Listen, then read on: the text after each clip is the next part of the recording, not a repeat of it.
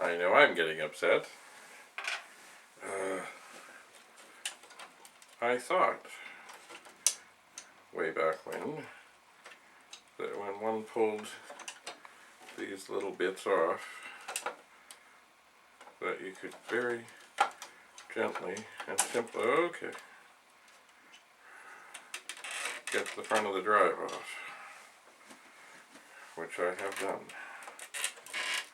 somewhat, sort of. Okay, come on. Oh, there's a cord. Of course there's a cord. For the power LED. Why is this not... Ah! Why is this not coming off? It seems more stuck than that. See? I guess it is just the LED that's holding it in place, but you would think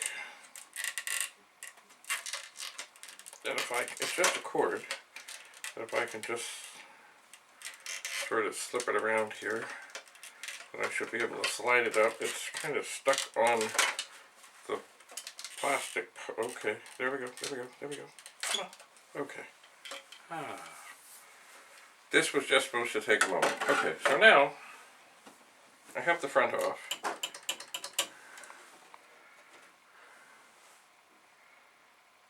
And do I have... I think I have all the parts. Oh, golly.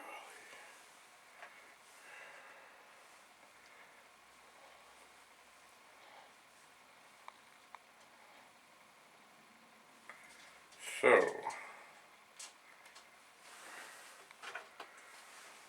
there's a long thing, there's a plastic thing, another plastic thing, there's the turn thing, and then there's this thing.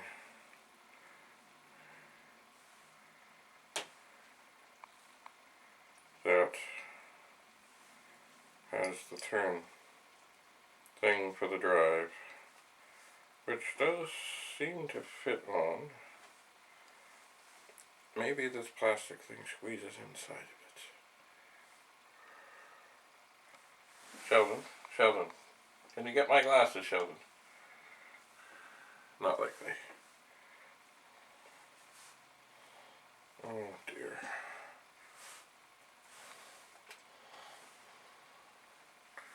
Well, I suppose one thing I can do, sort of, is try and figure out, sort of, kind of, maybe, maybe not, if I can get this back to where it's supposed to be.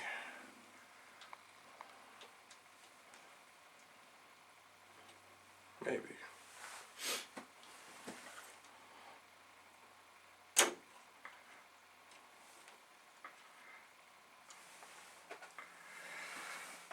It's been a while since I've taken one of these parts. So basically there's a long stem and there's a plastic thing. I think it's supposed to keep it in place, so it's in the right spot. And then we have this magical thing that has the little flippy thing on it. It's supposed to let the drive do its thing.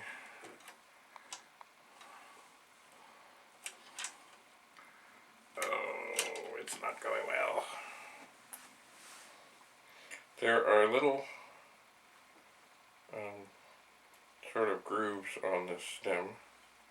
I'm sure they're supposed to be just so. If I could just figure out.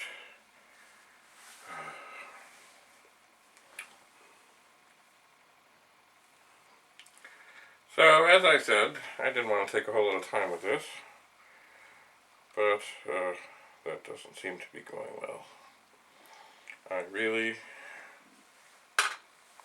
I think I was very close to it being simple, because what was happening is this little thing had just slid out of place.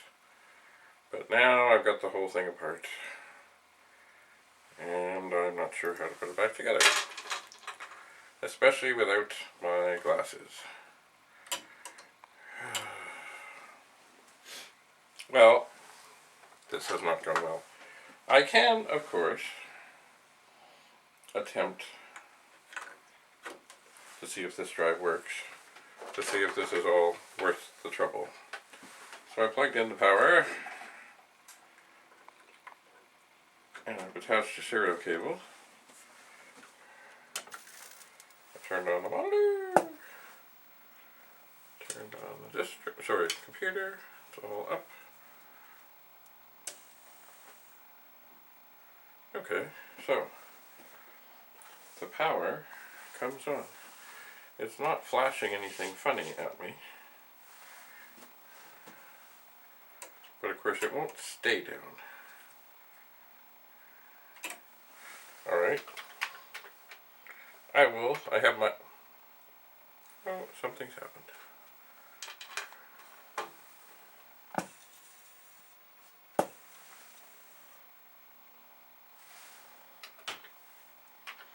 I will type in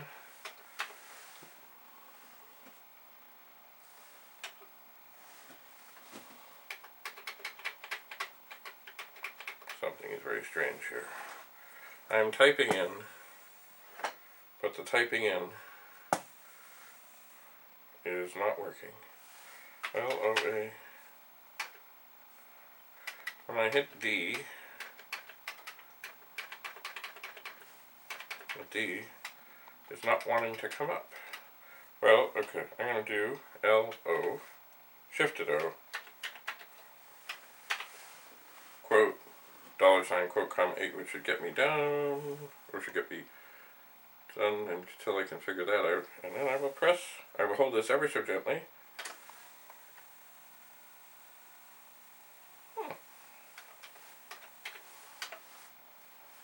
Oh, there's other things happening. What has happened here? And now when I hit a T, I get a Q. Well, once again, I will go to the shortcut, L shifted I. Is that it? L shifted I. And it does seem to have loaded the directory. So,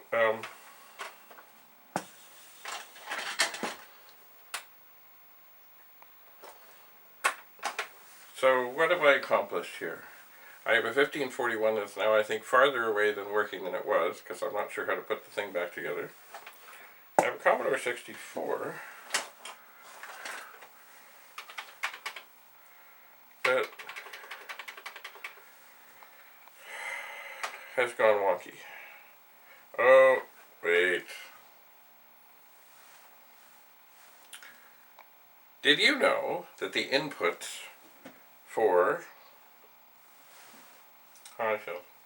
the 64 on the keyboard and the joystick are very similar, and they all actually come together. So when I moved the 1541 off of the file of 4040s to help Mr. Sheldon here, this disk drive ended up pushing on this joystick, and it was in a position where it was being agitated or into a position. So I suspect now,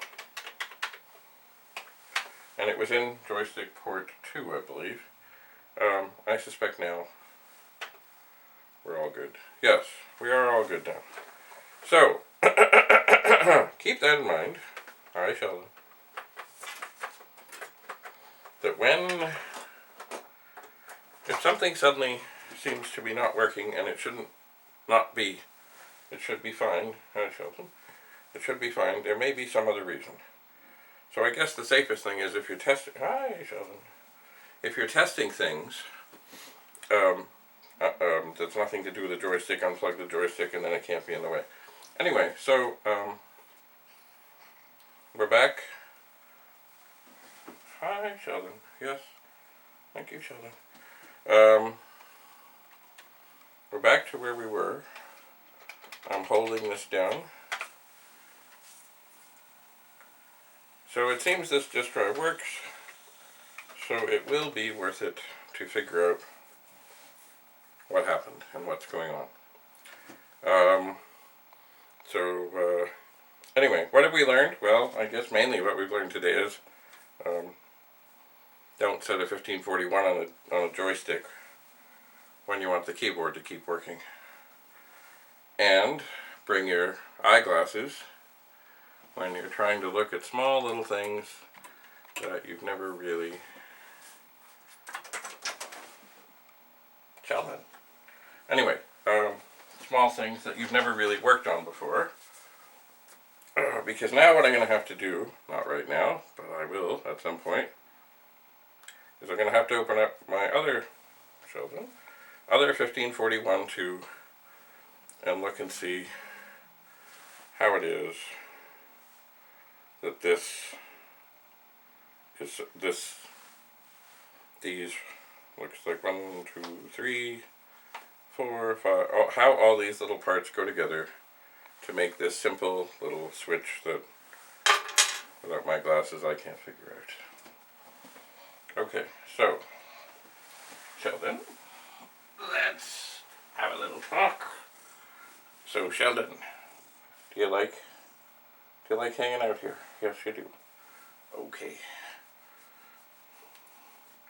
Okay, so Sheldon, we got other things to do. Okay, don't get all happy. Don't get all...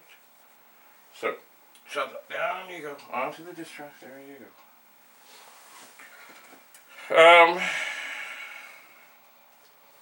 Alright, Sheldon. So anyway, yeah, I'd like to say that went well, but hello, Sheldon. It didn't go well. Anyway, enough of this for now. We'll carry on later. Come on, Sheldon. Come on, Sheldon.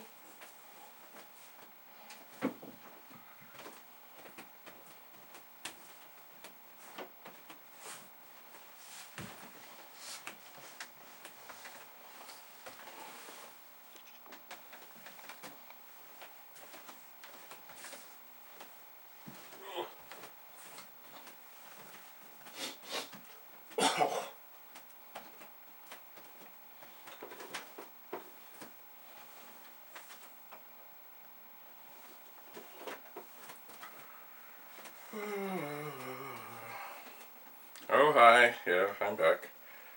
So, oh, there's one thing I wanted to report here. I did try, before, looking at some other discs in the same box that Pac-Man came out of, and that was the disc that was making every disk drive not work. So, I'm not going to test any more discs in that box right now. Because I can't clean... Oh, hello, Sheldon. Sheldon's right here. I don't think you can quite see him. Anyway, what I'm going to do now, because I'm here, and the drive is open, and I can, is...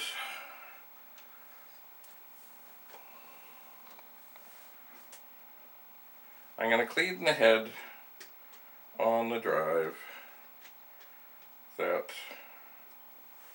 the door wouldn't open. Sorry, the flippy thing was screwed.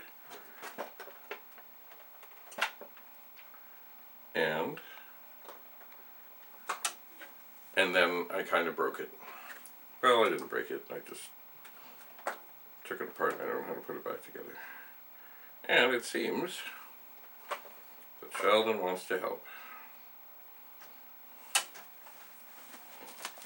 Okay, Sheldon, no, you're not getting up there. Okay, so I just cleaned the head. Thank you, Sheldon. I cleaned the head on the drive that's not happy, and I'll let that dry.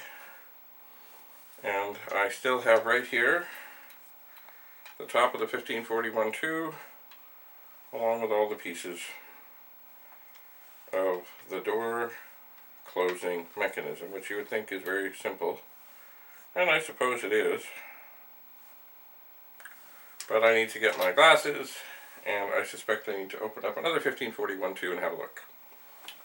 So, I will do that. So I'll be back. So, oh, by the way, for cleaning this, disk drive. I did take one Q-tip, I wet one end of it, I gently rubbed it upon the head. You can lift the top head thing up, or the thing that would be above the head, lift it up ever so gently, don't reef on it, and very gently rub the head, and then I very gently dried the head with the other end. So anyway, this drive, even though the flippy thing won't do its thing, although you know, I should be able to figure this out, but you know what, I need my glasses. So, enough, be gone, see you again. We will fix this later. Thank you.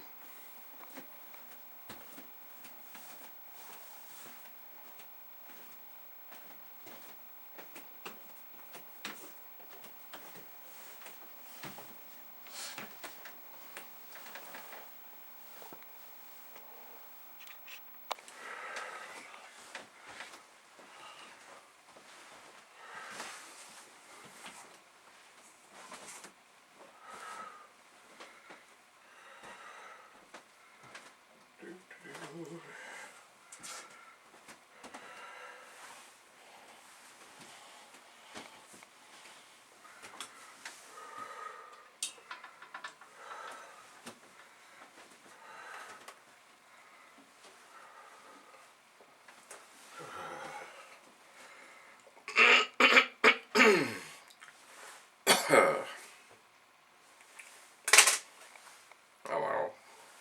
So, I now have a couple pairs of glasses here. I'm going to continue trying to, I was going to do a very quick thing to sort out the disk drive door on a 1541. But it has not worked out so simply. And these glasses, oh my word.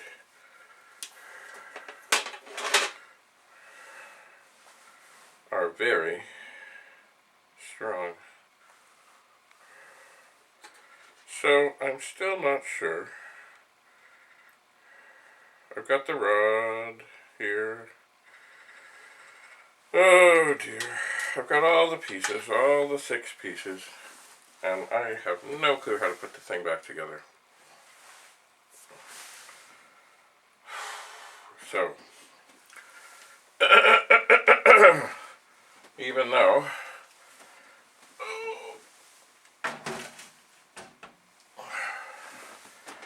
I really don't want to do this,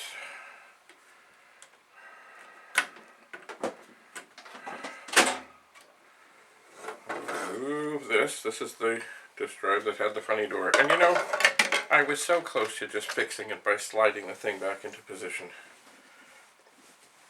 Like I got, basically what happened is, this rod is supposed to be on top of the mechanism, and when you flip it, it pushes it down. So it had slipped just out a bit. So when I was in the midst of trying to put it back over where it should be, it ended up in the middle rather than on the top, and that is what started this whole mess.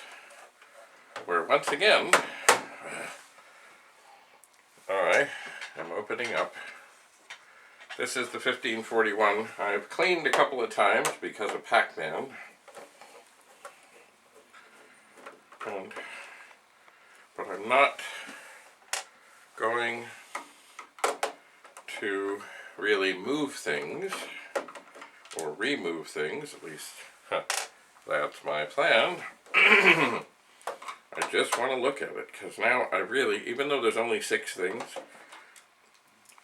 I've really never had to mess with one of these before. I know, you know, these drives have been around a long time, and so have I, but I've never had to do this. So, I have the screws out. I will not mix them up. I will take the top off.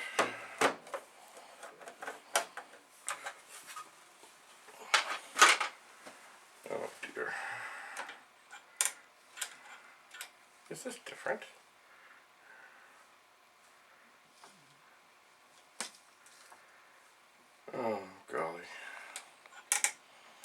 This is a different drive mechanism. This one, there are two plastic things on the thing, and it's longer, and there's no circuit board there. Oh. So, and oh man, wow, I can really get a good look in here now. But I've got to be this close or it makes me dizzy.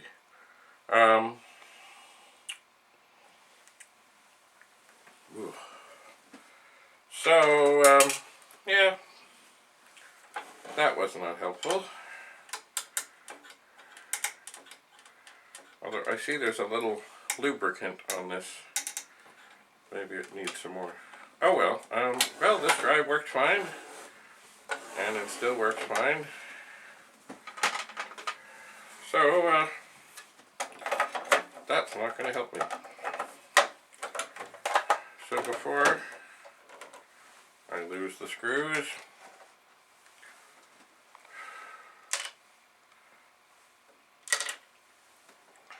I'm going to put them back in.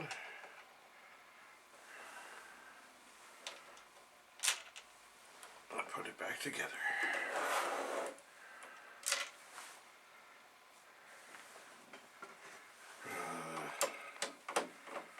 So now, I'm sure somewhere,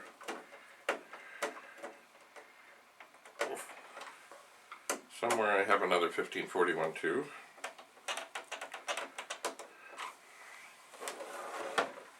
But where? And does it have the same sort of things, sort of innards that the first or the second one does? Or maybe it's a third. Commodore had, they were selling millions of these things. And they didn't really care, I don't think, that they were the same or different or anything else. They just wanted to have them available to be sold. Because that's what you do when you're trying to make millions of things. And billions of dollars. So, Sheldon has reappeared. Hello, Sheldon. Okay, so that's back together. Alright, Sheldon. Now, I am going to try to get a really close look here at this thing and see what I can figure out. And, oh no, I dropped one piece. And I found it. Okay, Sheldon, I see you are here. Sheldon, you are not being helpful. Please get down.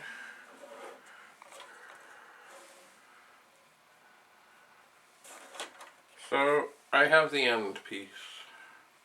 I know it goes on there. I think this little black piece, which you probably can't see, helps keep it in line. Then, there's just these two others that really go on the rod. Hello, Sheldon. Well, that fits on nicely now. I couldn't get it on before. So maybe this piece, there's another little plastic thing, maybe it just goes to keep things from falling off. Now, sadly, I think what's happened now, come on, is, see, these things are only meant to go on once. I think I've got a little slack now in the situation. Oh, but I'm not sure. Anyway, I think maybe I have it back together the way it's supposed to be, where it has the door flip, the little holder plastic thing, then another thing, maybe it's supposed to keep the spacer in, or the little holder in place, and then we have the metal thing with the little flippy thing, and it slid back and forth. That's what started the whole thing off. But now, oh, this might go well. Or not. Hi, Sheldon. Okay. I have the drive.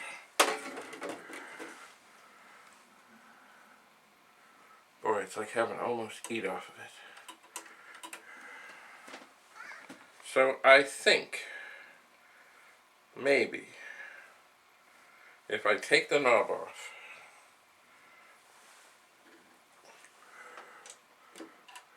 maybe, possibly, maybe.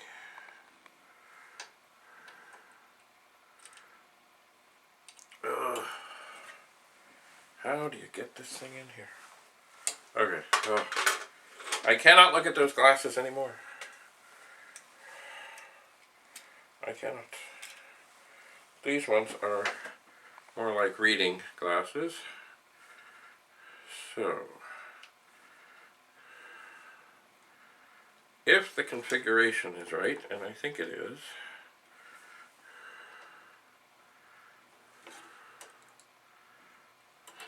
maybe. Ah.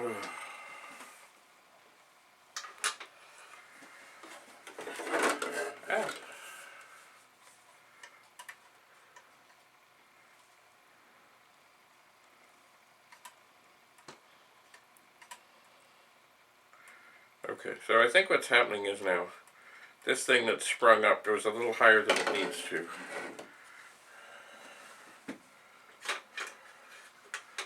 So, maybe without the front on, I can get this. And who knows, maybe the thing that slipped, oh no, that's not going to work.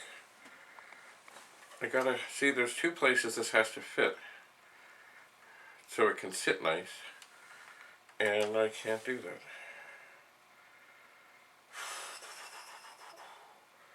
Well, maybe now that I think I know the way the business part of this goes,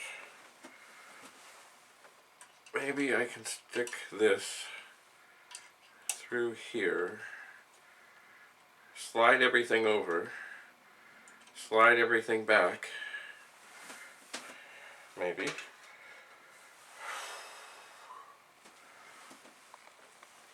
And then pull it forward enough to just ever so gently, scream. I am not dropping this. I am not dropping this. I will set it down on the drive. Maybe I can get this to slip into place. Oh, maybe. But then, is it lined up properly? Probably not. Probably.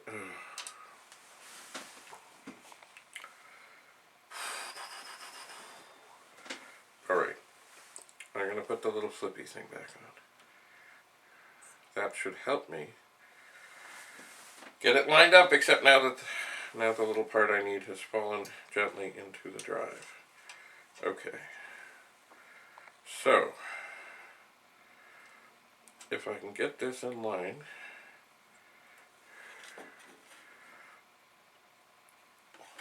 now if it was up, it would need to be there, and if it was down, okay, I might possibly, maybe, oh, I think I felt it go by. See, I guess it just fits one sort of way.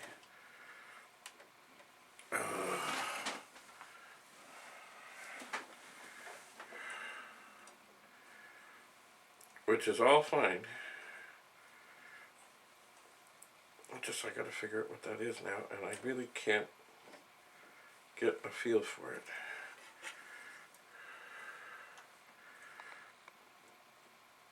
Oh, I thought I felt it.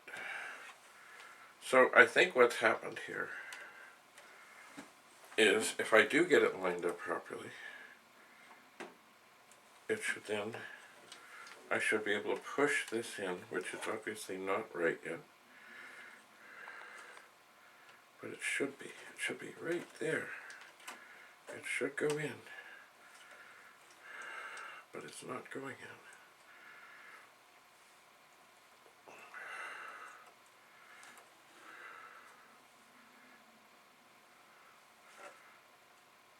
Is that it? It's funny, I feel just a little movement. Maybe.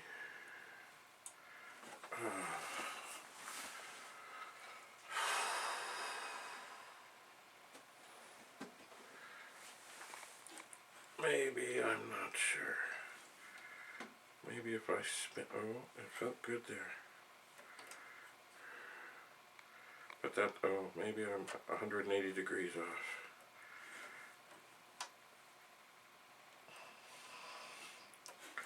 And now it won't spin.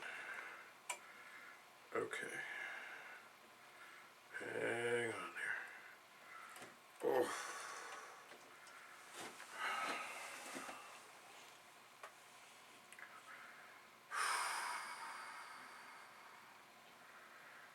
It's funny how something so simple, or that appears to be so simple, is not. And now I think I've got it stuck. Okay. No, I don't. Okay. Okay. So now, I think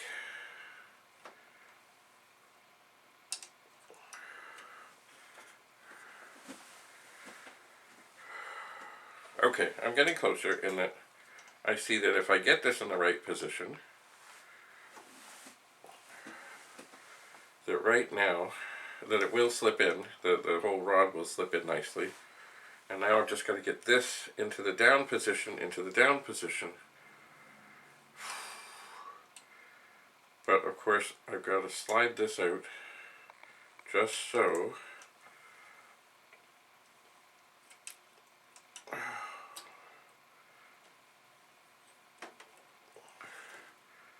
And then slide this in, just so the things are all lined up.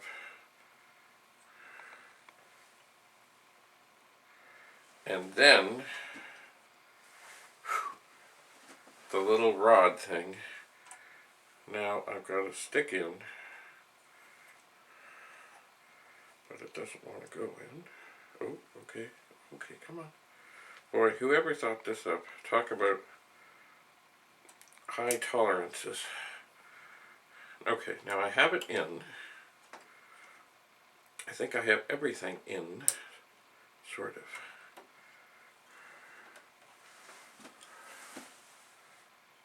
Maybe. Oh no. Oh.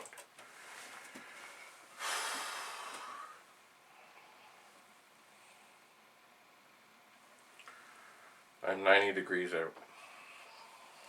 So right now the door is open. Or it says it's open. And the drive is, well, okay. Now, so basically right now the drive is in a closed position, as if it was okay. Hi, Sheldon. So I'm going to go and drop my cord. Oh. Someday maybe I'll do a close-up of this. But just know that everything has to be just so. So I'm still not just so. Okay, the drive is on. Computer's on. The monitor is on. So now, oh, what am I doing? I can't even get the disc in.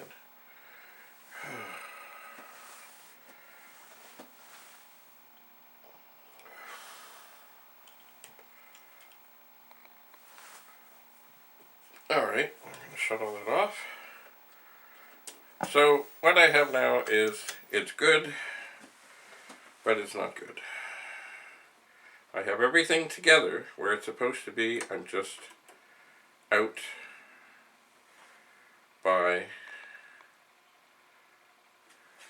Where am I?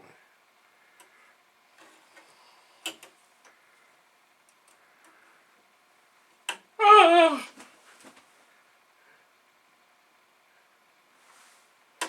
Drive opens, drive closes. Drive open, drive closes. By God, I think I've got it. What did I do there?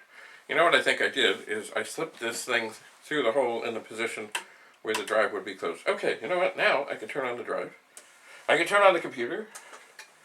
I can turn on the monitor. And I can take my Commodore 1541 test demo disc and put it in. And type in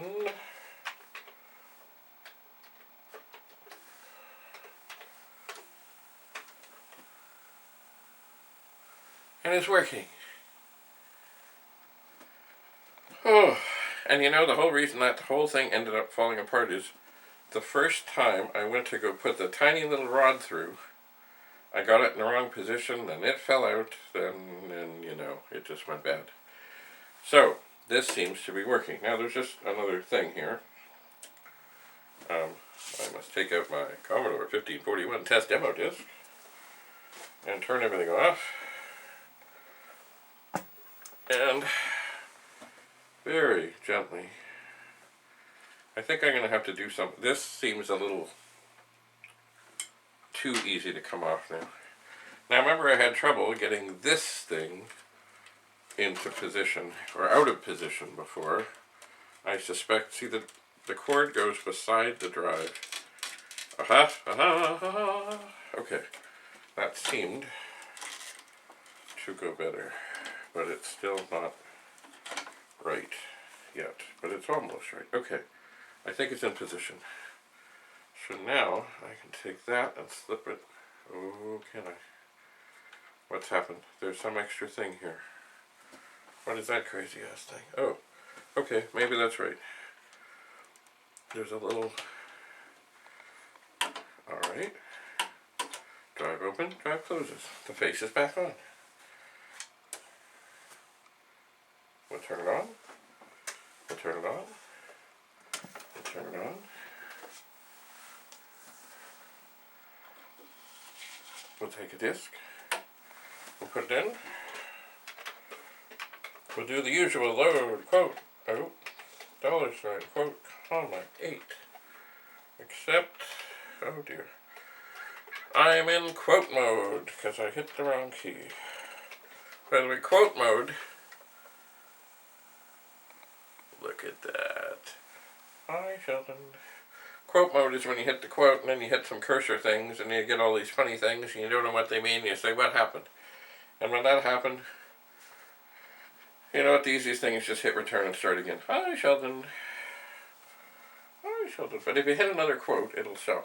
Hi, Sheldon. So, well,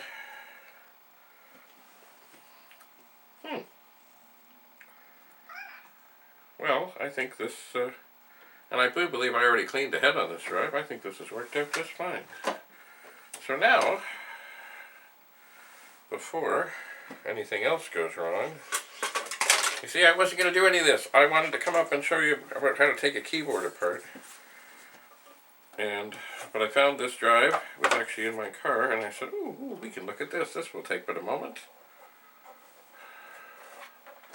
Alright.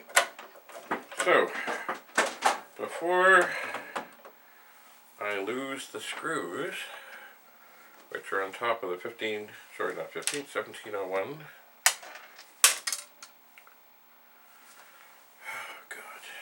I just dropped a screw. Okay. Hang on. Do not fret yet. Now, it doesn't sound like dropping a screw. Oh, okay. Huh. There is a good reason that this 1701 has its little door. Oh. Because the screw hit the jacket to the 1541 test demo disc and went right into the door thing. Okay, so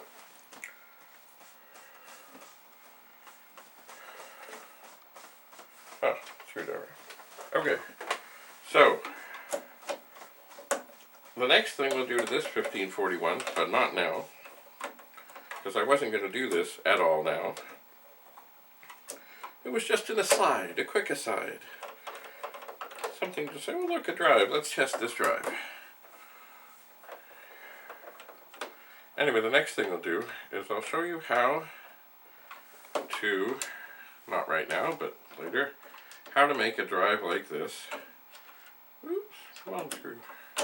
Which is, it's been around. It's not ugly, horribly, but it's been around. It looks, oh, I don't know, I don't think yellow, but it's got dirty marks on it. How to make it look lovely again. So, we'll take out the disc. I do find now that this lever is a little, well, it's okay, but it might be just a little too easy to come out. But then, of course, it has to come out. So, I'll think about that. So, there. It's funny how some things work out. I came up with my funky glasses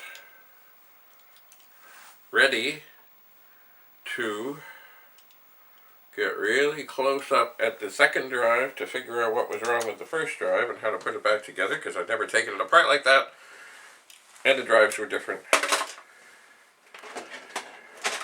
But I persevered, and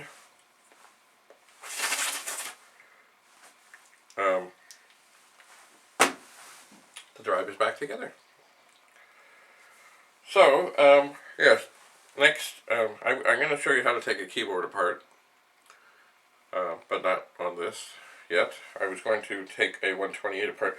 It's funny, I need some keys off of a 128, and I have this one here, which, no matter what you do to the colors, this is really, really, really, really yellowed, like probably it belonged to a smoker, but I don't know. But you know, the funny thing is, some of the keys are not, so I think they've been replaced. But the function keys, which are what I need, and they're gray, they look a little dirty, but they're not yellowed. So that's pretty fine. Anyway, we'll carry on later. We'll take this apart. And we'll see about cleaning up this 1541. And of course, ultimately, we'll see about getting organized, because it's not hoarding if it's organized. Right, Sheldon? Okay, now that I took the 1541 off the disc drive, Sheldon seems quite happy to sit there. He does bump on me a little bit. Hello. But we'll see. Maybe we'll try and set up a Sheldon cam. So right now, I'm taking a bunch of time to, well, I was going to take a moment to fix this or just look at this 1541. It turned into a whole lot more than I thought. Shocking. Did I get the keyboard taken apart? No. Did I get much of anything accomplished? Well, I have another 1541 too that works, which right now I have 1, 2, 3, 4, 5. That means I have 7 drives in front of me. Some of them needs the head's still cleaned, but they work. I guess now I'll have to see if I have a power supply for it. Anyway, and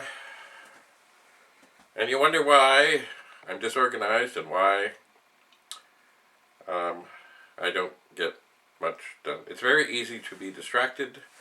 I mean, I really feel good I got the drive working, but I'm no closer to being organized except that I have one more drive. And one cat. So, until we meet again.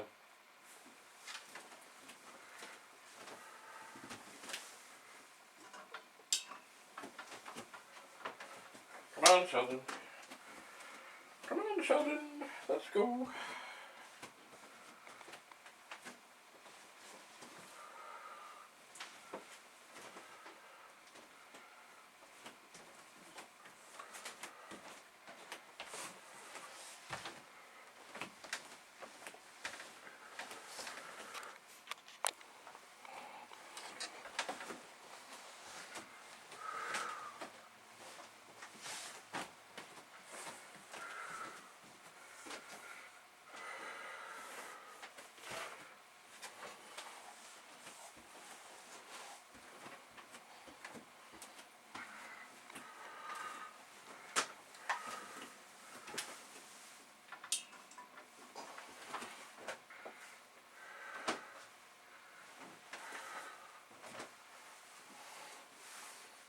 Oh. Okay. Hello. So, we are going to take a keyboard apart, but I did happen upon another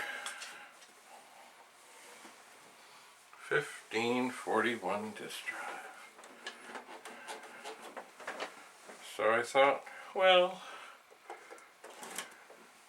what the heck.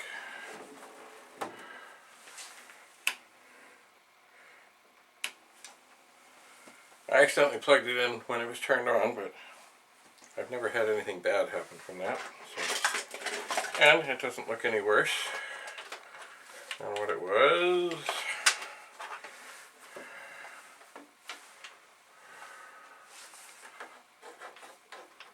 So, let's see.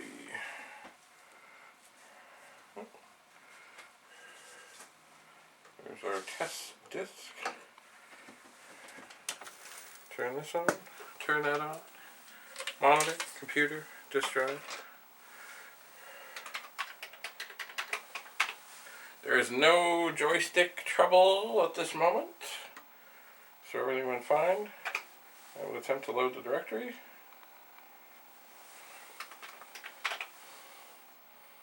And it loaded. Good. Well, that means this one got a little scanned. This one is another long one. Original one. Well, not original.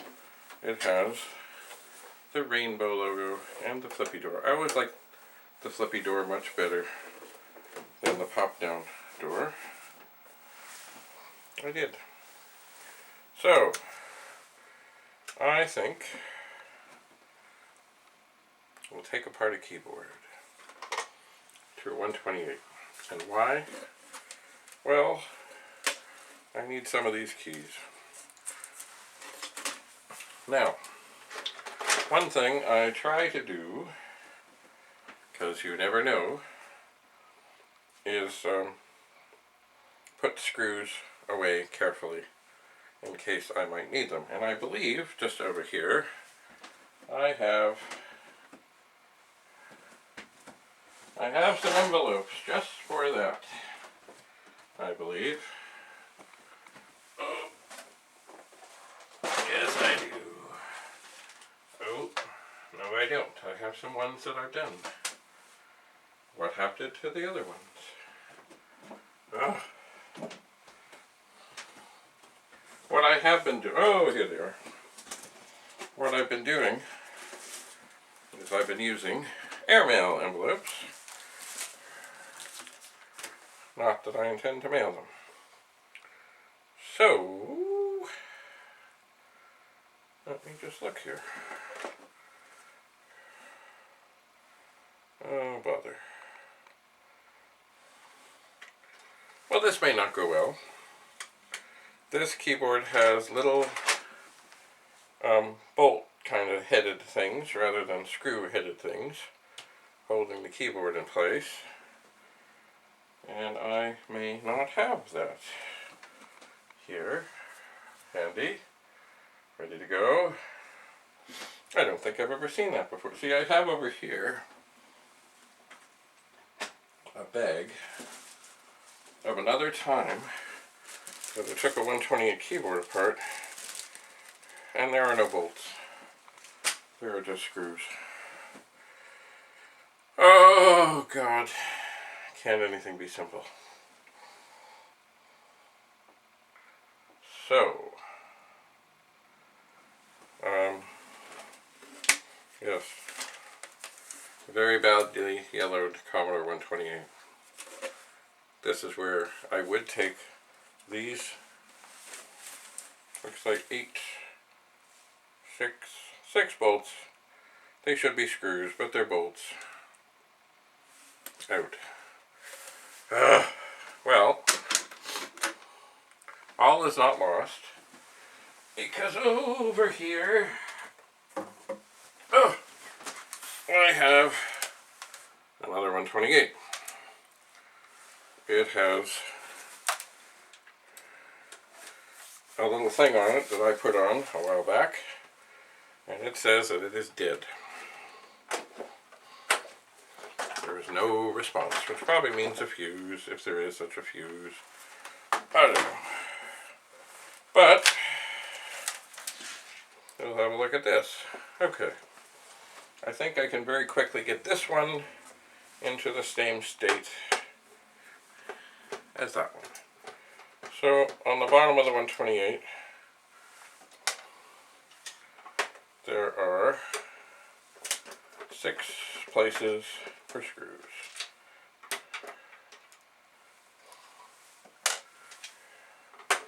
Two at the top, 3 at the bottom, 1 in the middle. This 128 has a little switch on the side. Hello. Which maybe means, oh, there we go, 3 screws. It might have Jiffy DOS in it. Or it, you know, it could be something else. I just don't know. But I'll find out. So once these screws are out, I should pretty much be able to do the keyboard. So there are 6 screws from a 128. And as I am trying to keep things together, I will take those 6 screws, I will put them in an airmail bag. 1, 2.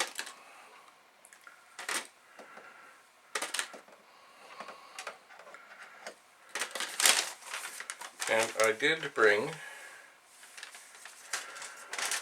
a marker.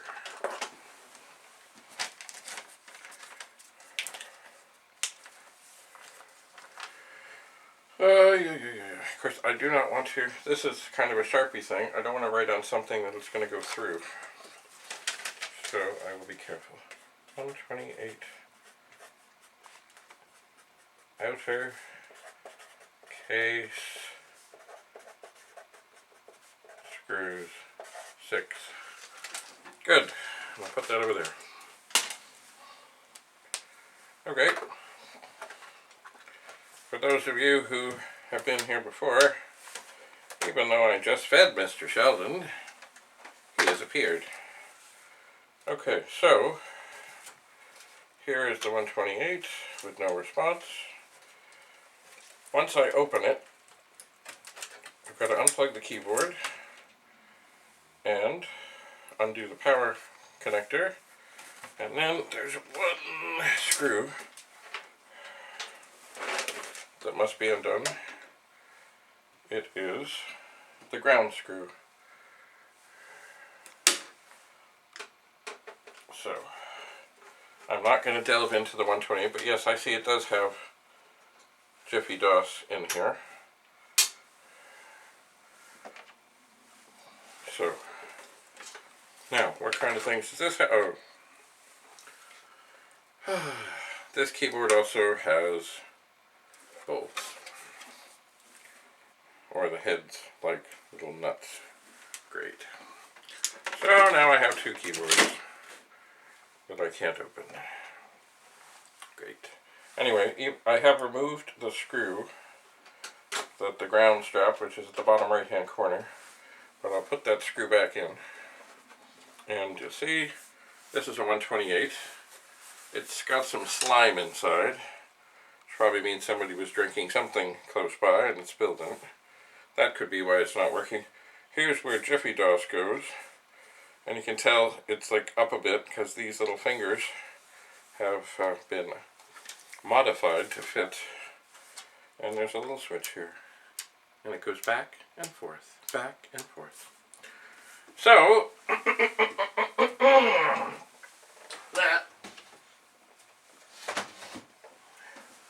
that is not helpful. Oh dear. So I'm not going to take that keyboard apart. So I have here this Commodore 64 that looks pretty fine, is missing a key. but I think the stem is broken off so that I couldn't even put another one on it. Lets me get my extra strong magnifying glasses. Yeah, it's all broke. Now, I do have to take apart, though, a Commodore 64 keyboard. Just bear with me, because I think I have one handy.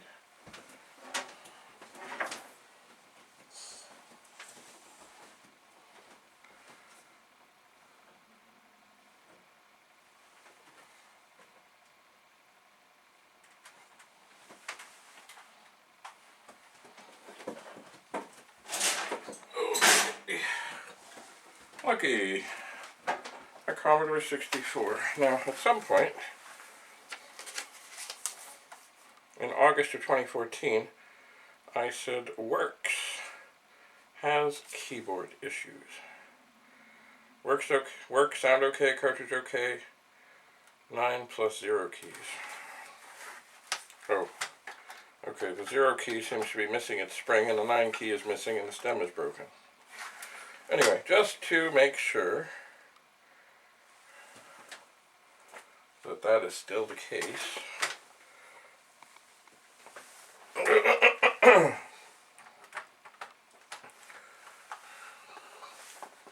because you never know.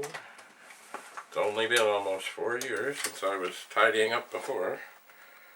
I will hook this up, and indeed it comes up, and guess what? The 0 key immediately comes up as if it's down because there's a string missing. Alright, so, but it does seem that it works. That's good. We'll put that here for a second. If I have to take one apart, maybe I'll try and find one that doesn't work. But you know what? Over here, where you can't see, I'm sure I have another one. Oh.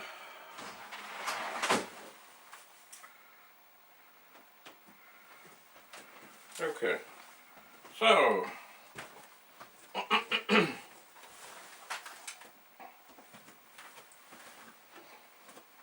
here I have another Commodore 64. It says Pretty Dead, 64, see dirty, flash a screen, cartridge does not work, Wakes disk drive. Perhaps it's a video chip. Now, oh dear. As I look at it,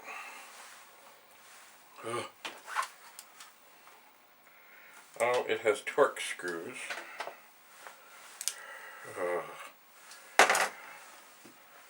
And I know somewhere I have a Torx screwdriver. Let me just check my bag of tools here. Oh, wait.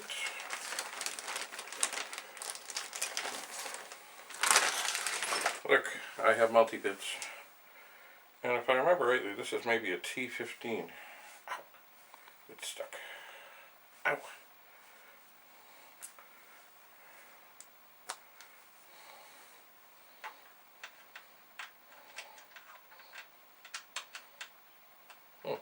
Maybe it's not.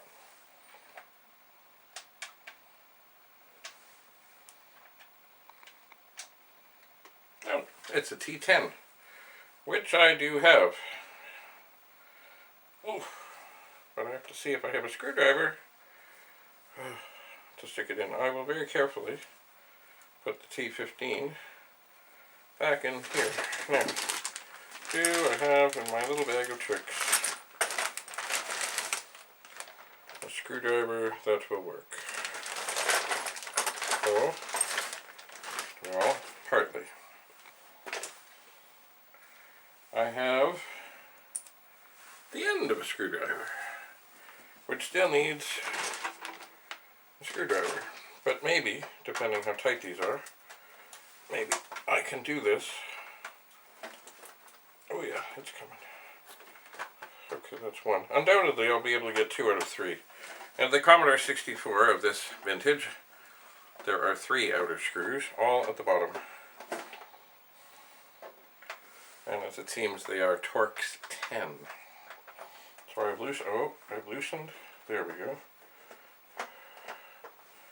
I have loosened 3 out of 3. And I will put them carefully on the top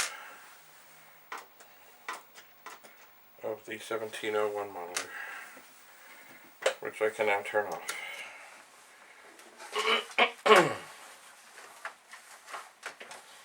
And then I will try to open it.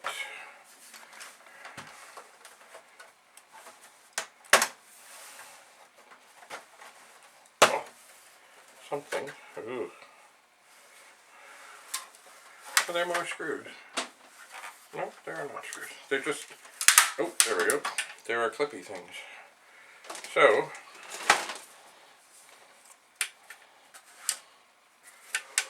and this one is dirty inside. Oh my word. So here's the top. Here's the guy.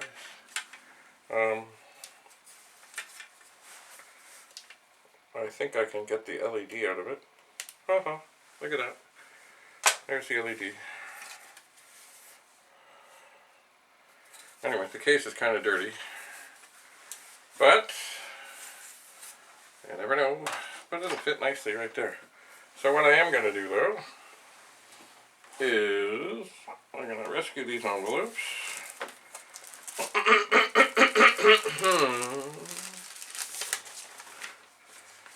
I'll take this one,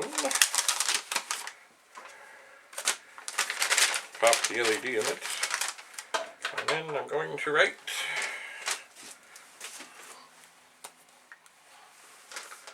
'64 CLED. And then I'm going to put it over here. And since I have screws here for the 64 case that I don't think is going back on, 1, 2, 3, I will write 64C outer case screws. And I will put them over here. Okay. So, I see a lot of dust in here. And the heat, not the heat shield, but it also acts as a heat shield. The shield is kind of rusty, yes.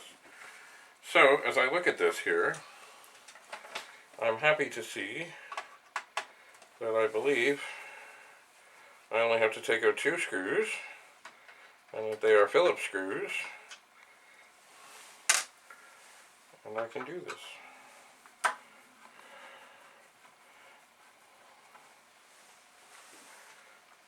I hope. So, there are 2 more screws. Oh yeah. There is a keyboard. Oh, you can't. It is too dusty inside. Oh.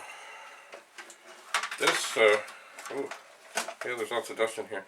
This one has the very small circuit board. Well, not very small compared to today, but the circuit board, and there's still holes here in the case. Used to go another 1.5 inches or 2. Anyway, at some point, I'll have a look at that. See what's what. But right now,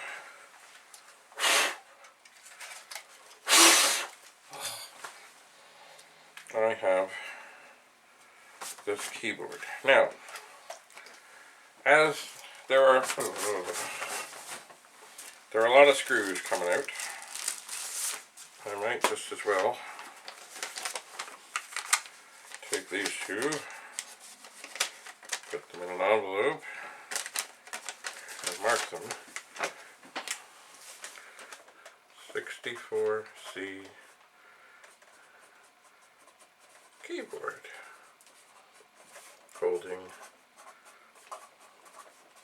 screws. 2. And then put that over there. So, now I realize one thing I would probably need is a soldering iron, which I do not have handy here.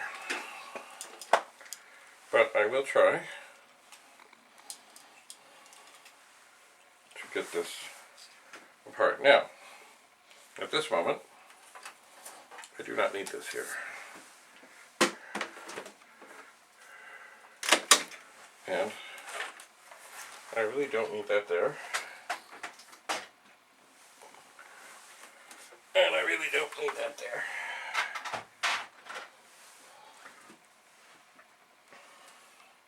I don't.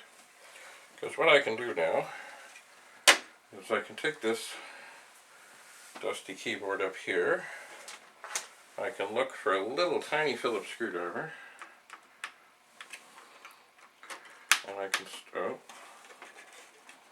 no, that one does not fit.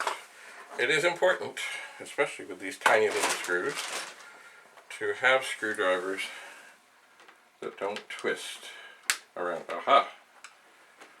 That they actually fit in very well, because if you strip the head, I mean, they're already tiny. So look, here's an airmail envelope. In the box, on the bottom of the keyboard, there are a vast number of screws. Vast number.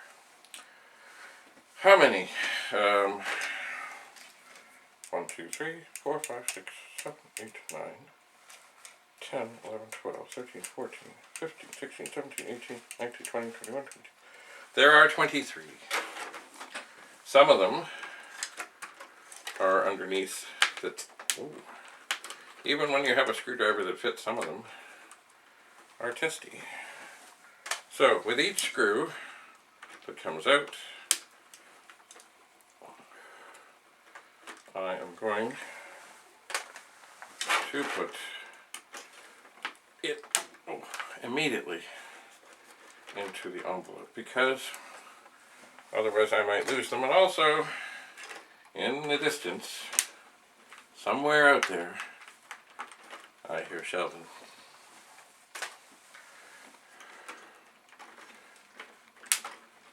And I bet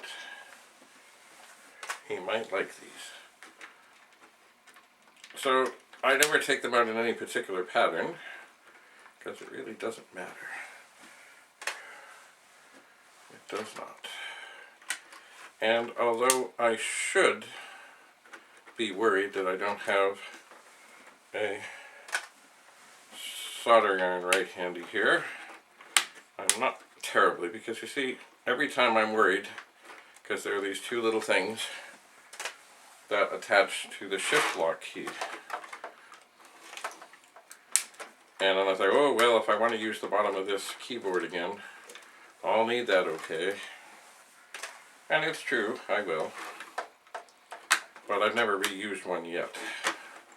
I suppose if somebody needed one, that would be an issue. So I'm suspecting what I'm going to end up doing is just snipping the wires. I'm now on, I don't know, maybe you've been counting. I'm on, ooh, that's a tough one. I'm on a lot of the screws. I think I'm more than half done. I wonder if when these keyboards were put together, if somebody somewhere had to put all these in one at a time. I would like to think that if they were done by people, that they were well paid. And if they weren't done by people, that they were done by a machine that was well lubricated as well as well paid. So we're getting there. I think I have about 8 left. About 3 of them are under, there's plastic, basically sort of like packing tape that covers 3 of them, I think it is. That's where the wires are.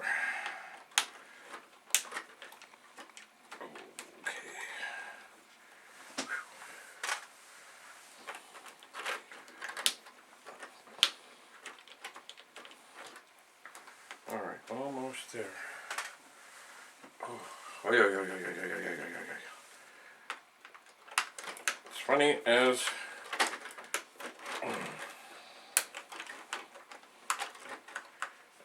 we age gracefully, sometimes I get a little tingling. Now, I have all the screws except for the ones under the tape. The tape has been there for a very long time.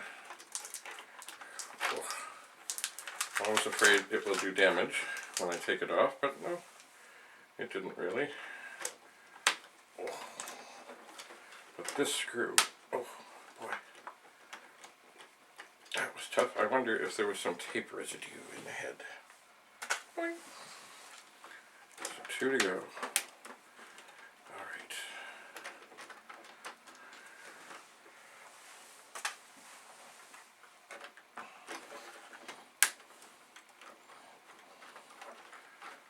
We're down to the last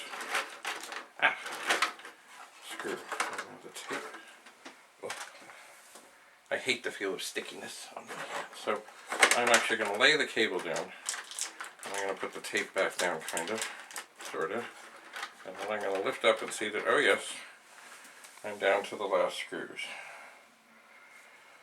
Okay, and I do not have a soldering iron. So, I think I'm going to go into my tool thing here. Oh. Well, I have pliers, but I'm not just sure if they will be any help. Because the cutting business, oh, no, there's no cutting thing here. There's a screwdriver with no bit. Handy.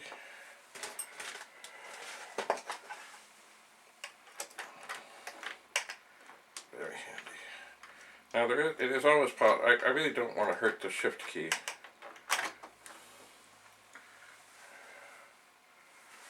Because they're, you know, unique and special. But aren't we all? So I'm going to twist this a little. See, oh there. With a little twisting back and forth, I was able to get the wire to snip. About maybe 2/3 of the way along, which isn't terrible, I suppose.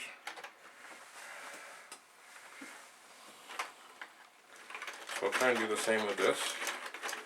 It leaves some of the, aha, look at it, it snapped. Okay, so now this should come off. And of course I will very carefully set it aside, and I will probably very much wonder why later, because I've never, except when I'm putting one back together for this, you know, for the goodness of all, like taking one apart and putting it back together, I have never, like, disassembled one to put back together. Sorry, to just take apart and then, like, I've never taken one apart for parts and then needed the base. Whew. So, this is mighty dusty. Now what I would like to use here, I don't have. Usually, oh, there we go. Usually I use a fork. Oh boy, there's a lot of sludge. Now, before I forget, I have an airmail envelope with 23 screws. So, 64C 23 tiny screws, keyboard. And of course, I'll toss that over there. Now, here we have a whole other situation. These springs are springy. And also, once you take the top off, then the bottom wants to fall off. So, I don't have a plastic bag handy, so I'm just going to take, and each time I get one off, you know what, I don't just like prying them off with my hand. They've been on here a very long time, and they are delicate. So there's the number 1. There's a spring. There's a, oh, and underneath, look, there's the stem. So usually when I'm using a screwdriver like this, I find that if I pry gently from both sides, dust, I can get them off. Now, why am I taking this keyboard apart? Why? Oh, that one went well. Excellent question. Well, on occasion, I get calls from people who are missing a key. Because, and usually it's a top thing or a corner thing or, you know, something happens. These machines are now 30 some years old, they get packed away, they get bumped, you know, something happens. Oh, look, stems. And a key gets hit, and off they come. But as long as you use, I would say, firm, gentle pressure, and usually I go along a row at a time, that gives you somewhere to get underneath. These keys are white, and they're kind of tall compared to some others. And these ones are indeed dusty, but they're coming pretty well. And look, stems.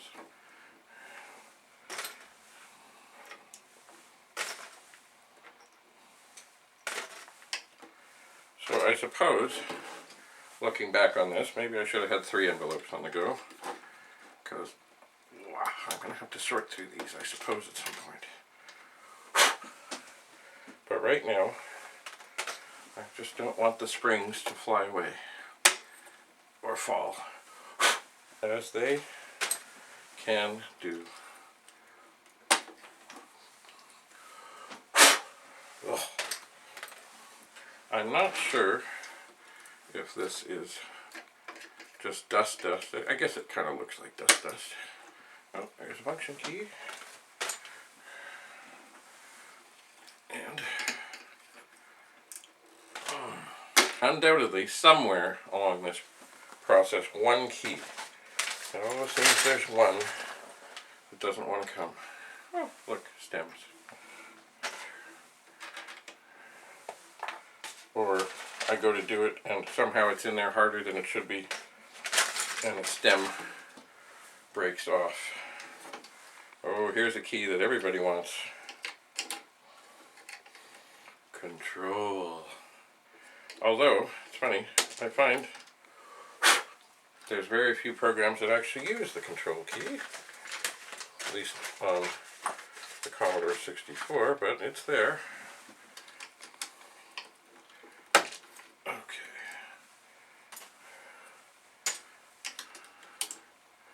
As they say, there's a spring. Got it. Now,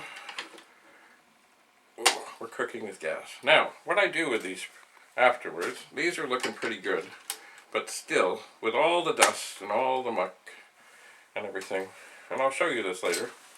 Actually, it's funny, I just got a message from a guy who put some solution on his pet keys and basically ruined the looks of the keys. They were not bad,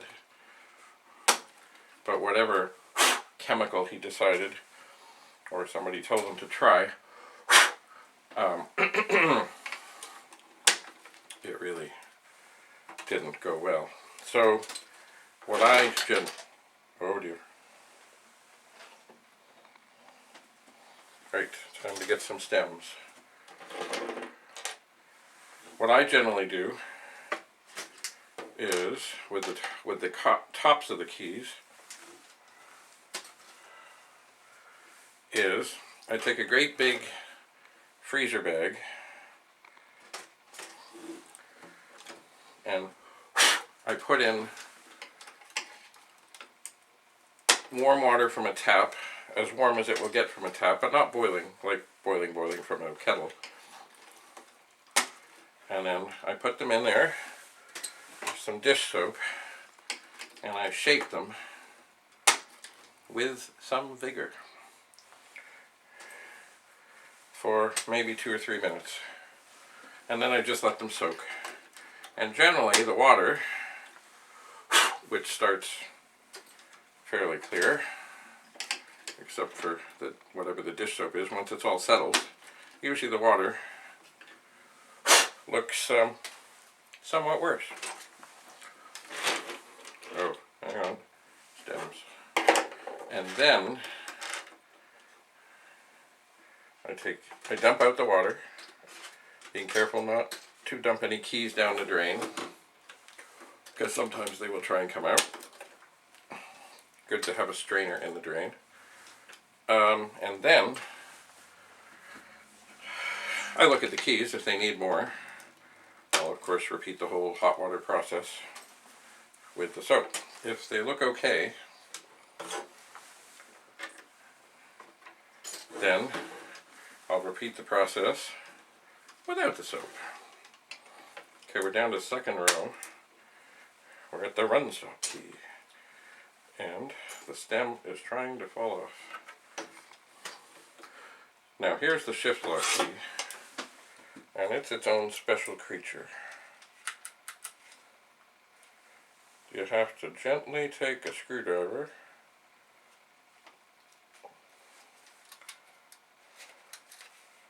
I think. And there's little, well, oh, here it comes, uh-huh. Yeah, on the top and the bottom, there are little bitty fingers. So you gently push, and out it comes.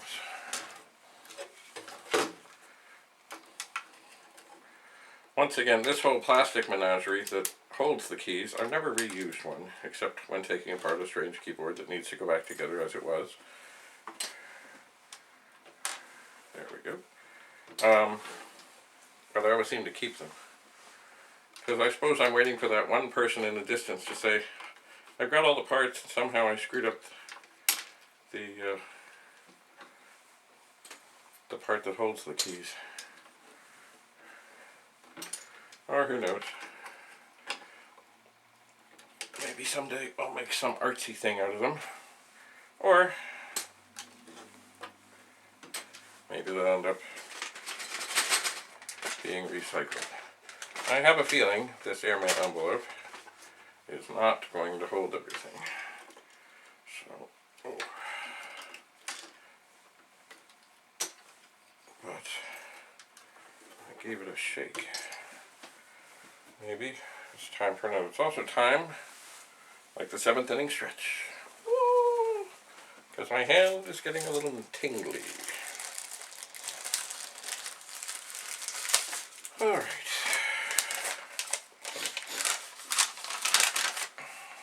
So there's a whole bunch of keyboard letters, characters, things, and we'll carry on.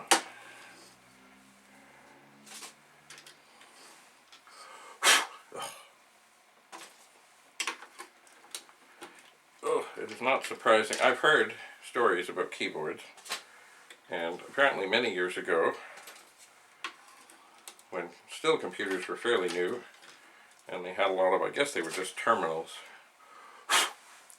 that the Globe and Mail, one of the newspapers in Toronto, they had extra keyboards, and when keyboards started to not work well, they quite literally would soak them in water and hang them up to dry. Not take anything apart, just give them a bath and hang them, and I think they let them dry for a week or two, and then they would test them, and then it would be time probably to replace somebody else's keyboard. I don't know what kind they were, I don't know what protection they had inside, but I would say, if you're thinking of doing that, don't. But it's a good story. Okay, we're coming down. We're now on the equals key. Gently, gently. Blow off the dust. Here's the return key. This is one that often gets snapped. I don't know why, it's bigger. Return to sender. Boy, there's a lot of dust. Okay. So, we're down to 2 function keys. Function keys are also, I'm very careful with them because they, being that they're off by themselves and at the side, they are ones that are very likely to be requested. Oh, did that go okay? It did. I think. Yep, that's all good.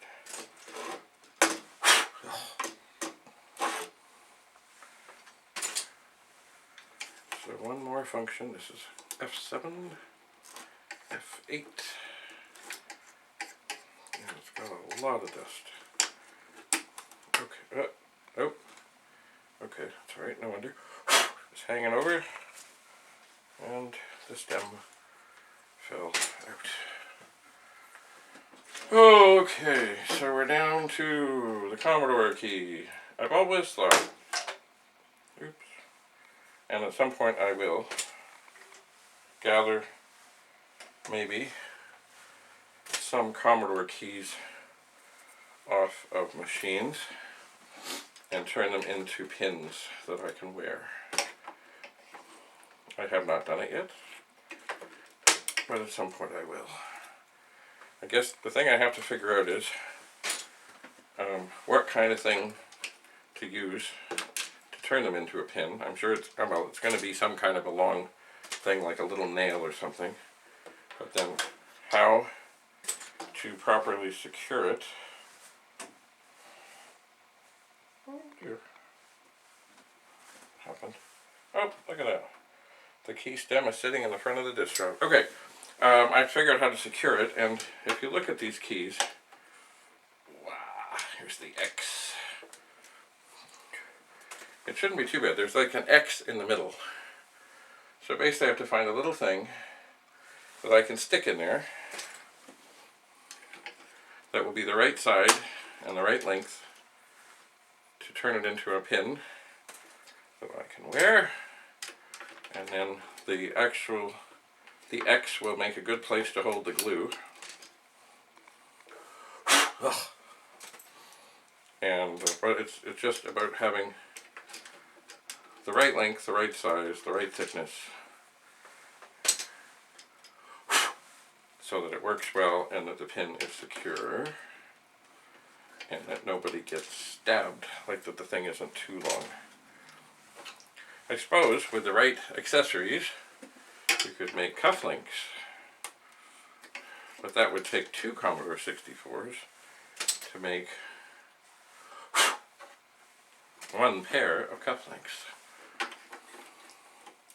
And the Commodore key is actually one that is often requested because it too is at the side. Oh, look at that, stems. And it sometimes gets broken. Or maybe people just want them because they want to make a pin out of them. Alright, so I don't remember how many keys there are, but we're down to 5 sort of regular keys, and then the space bar. And the space bar is usually a little tricky. Okay, because there's only one connector that hits the board, but there's this long wire thing, and you gotta get it just so. Alright, 1 regular key, the cursor key.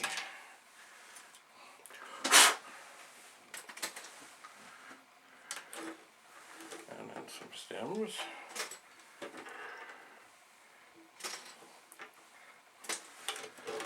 And there we have a piece of plastic that was a keyboard. So, the place that the space bar is in the middle. So you have to, much the same as everything else, you have to very gently pry to get that to release. Okay, we have resolution. So the spring pops out. I think it might be a little tougher than the others.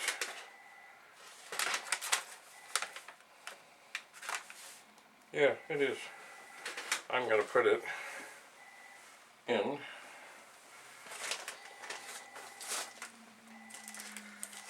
Where am I? I'm going to put it right there. Oh, I'm going to put it on the monitor. It is tougher. Of course, the spacebar takes more of you. So here, oh, there's the stem. Okay, so here we have the little rod thing. And the way you have to get it out is you have to slide the spacebar and bend the rod as you do it ever so slightly, and then pull it off the other side. And then we have the spacebar. Whoa, dusty. Now, the rod itself, which may be needed, sort of snaps into place. But if I remember rightly, if you just turn it just so, oh, okay, just pull up, and you can get it out. So there is a Commodore 64 keyboard. That's what's left. So far, and I'll of course, carefully set this aside, because I'll never use it again. But you never know. So, there. One keyboard now in 2 bags. Almost looks like popcorn. So at some point later, but not today, not now, I will get a sandwich bag or a big bag like this, and I'll show you how I clean the keys. Oh, boy, what a dusty mess this is. Oh, now, you know, I do want to check, if I can carefully, without causing a disaster. I want to look at this spring and compare it to another spring. See the space, oh yeah, the spacebar spring is special. Great. It is bigger. Do I have something here to put it in? Well, I suppose what I could do is I could take an airmail envelope and I could write, careful not to damage the 64, 64C space bar spring bar, and what else was that? Wire, because they're kind of all unique. I think it's worth it to take the spring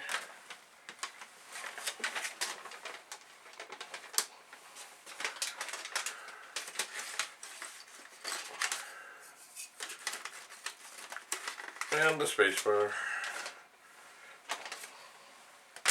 and the wire that I just put in, and pull it all in its own little bag. Put it over there.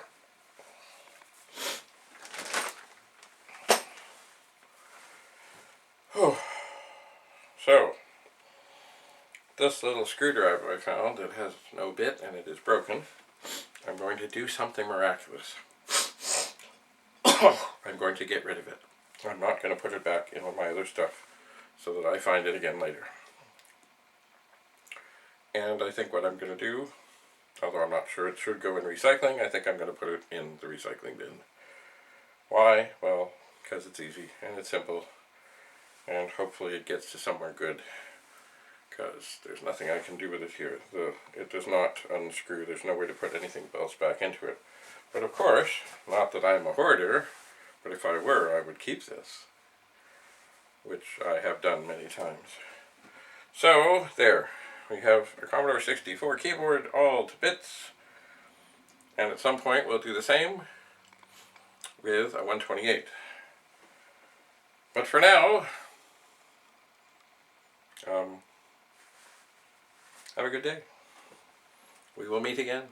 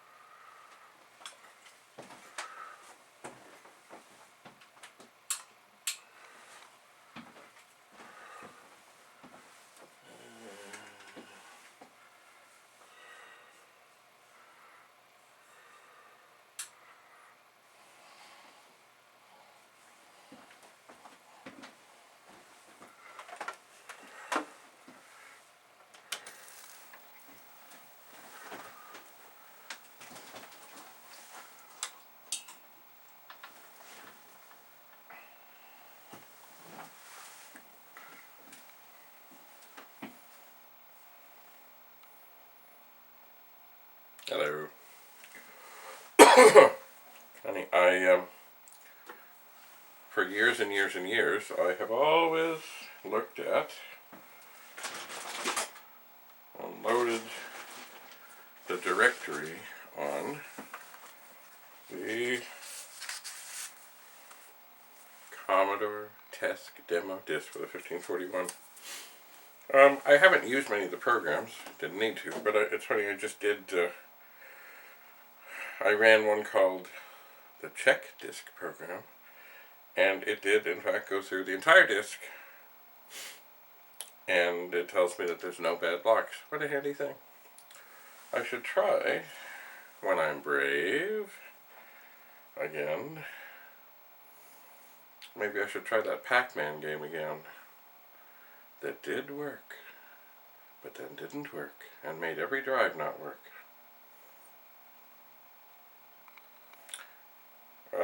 Not yet. So this is what I call a scratch disk. And I ran the test demo, or the performance test, and the bad block test on it. And it works. Imagine. So here is another 1541 disk drive. This one, which is still plugged in, as I gathered it, I wanted to check this out. This one was made in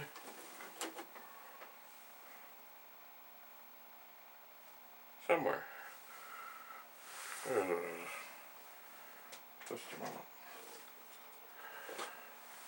There was a good reason it caught my eye, because I had never seen one that was made in West Germany. And I'll try to do this carefully. I think maybe the configuration on the back is a little different. Either that, or I just think it is.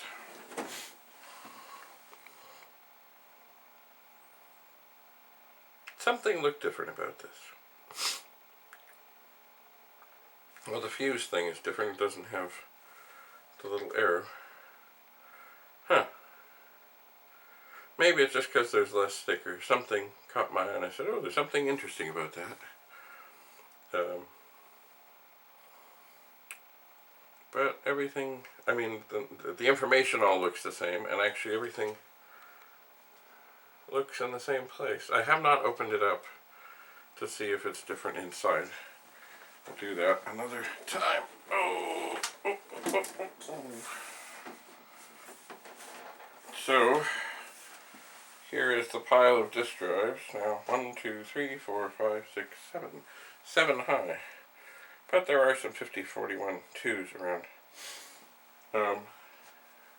There are a couple of them. And others. So, actually, what I wanted to talk today about was this. This is a Commodore joystick. They were not to my liking. Some people might have liked them. I found them to be particularly horrid. They're like, here we have one of the best joysticks ever made. Ah, we go. This is the Command Control. Beautiful, magical, epic. And then we have this. This reminded me kind of something that maybe Atari had put out. Now, the nice thing about this is it says Commodore on it. So it's a genuine. I'm not sure if this works or not. It has been used. It's not perfectly clean. So it's not like it's new in box, so I don't feel bad undoing the twist tie on it. I'm going to turn this machine off. Also, when we did a thing before, I was testing the sound with Epic's Pit Stop. I found the sound was very much too loud.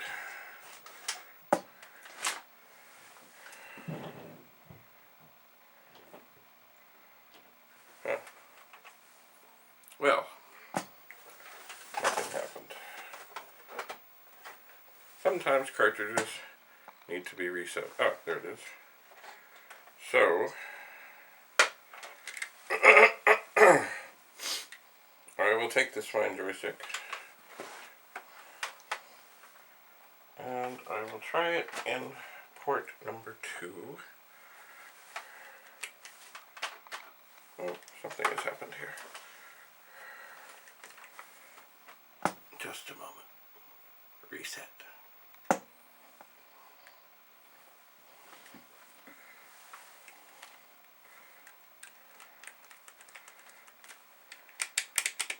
Okay, I'm going to switch it to port number 1. Of course, never do so with the machine turned on. But I always do. Okay, so I will turn the sound down. 1 player, 1 player, 2 players.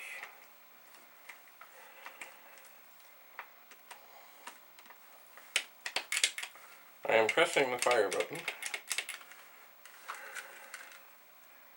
and it is not working. I have a feeling that this test is going to be pretty short.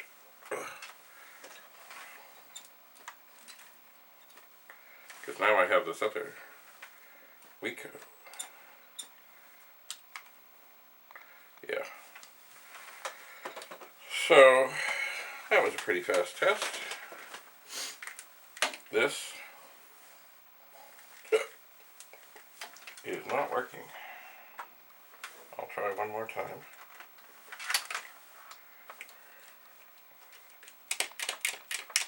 Oh, aha!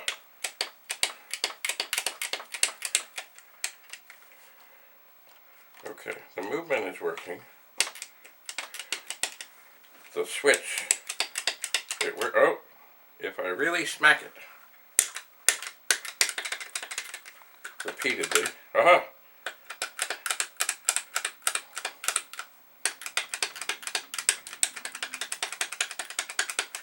I'm picking Monaco.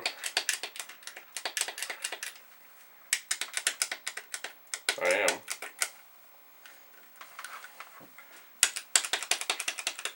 But it is not registering. I'll try hitting it lightly.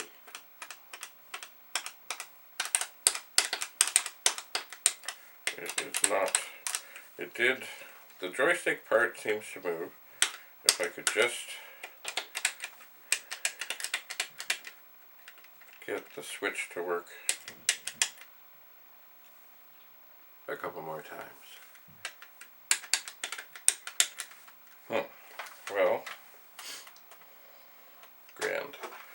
So I'm going to plug the good joystick in.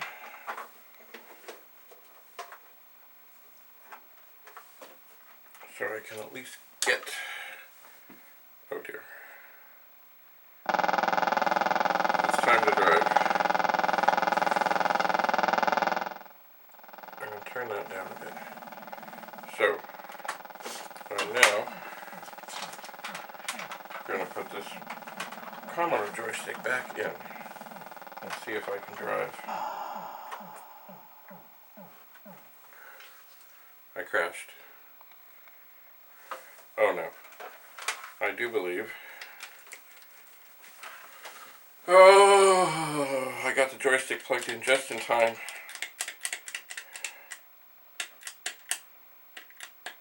To need the switch again. Oh, hey.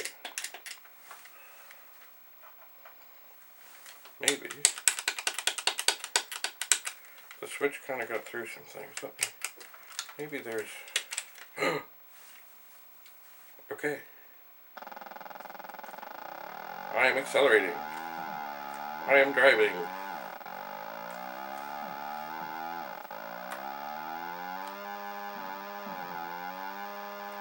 Woohoo! I have not found there to be any gears in this, so I will stop. And I will reset. And I will turn this back on.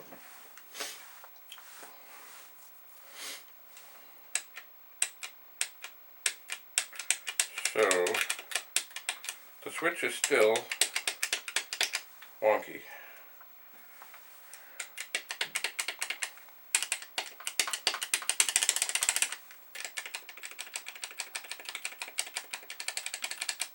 But if I probably press it a whole bunch repeatedly,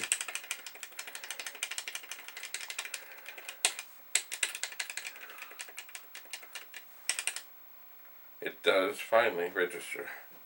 And we can drive again. Once again, those bumping, oh, I'm doing alright.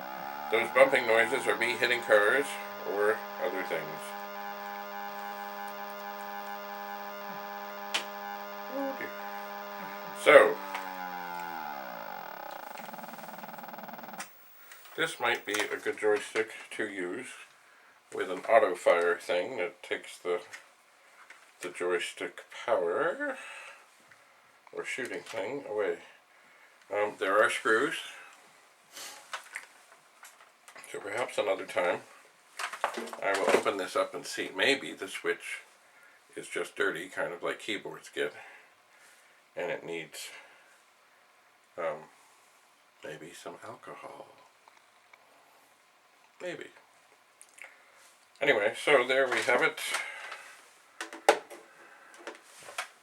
A Commodore joystick, which actually may be highly prized these days because I don't know how many they made, I don't know how many they sold, I don't know how many survived. Certainly, these were much better. But like anything, maybe if there's hardly any left, they are more prized. Why? Just like with other brand name things, it proudly proclaims Commodore. Anyway, perhaps we will take this apart at another time. Anyway, as you see, the 1541 stack is getting higher. And right now, I think I will go and ponder taking this joystick apart, but not yet. So, until we meet again.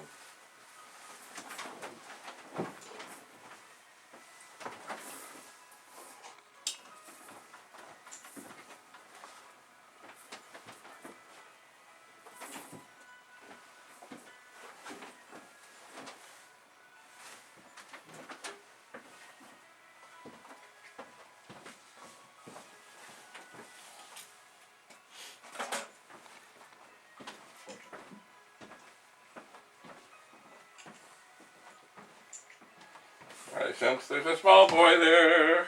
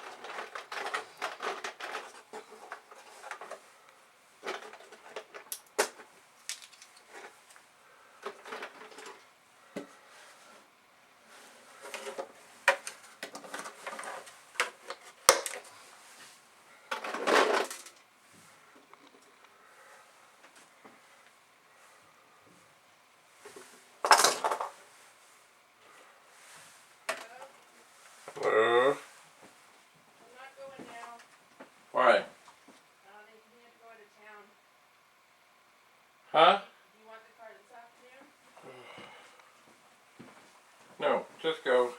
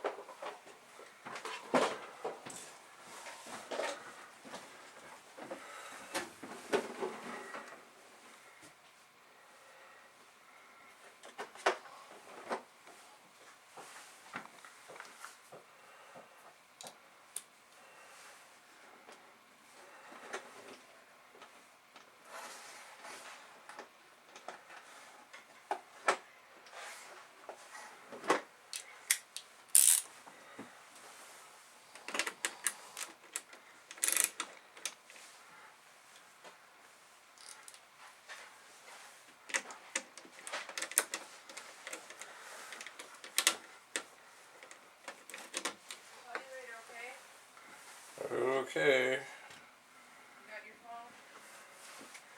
phone? No, I think it's in the car. I think it is charging. Maybe you could bring it down. Okay. Is the door locked in the car? You have your keys. I do, but did you lock it already? I don't know.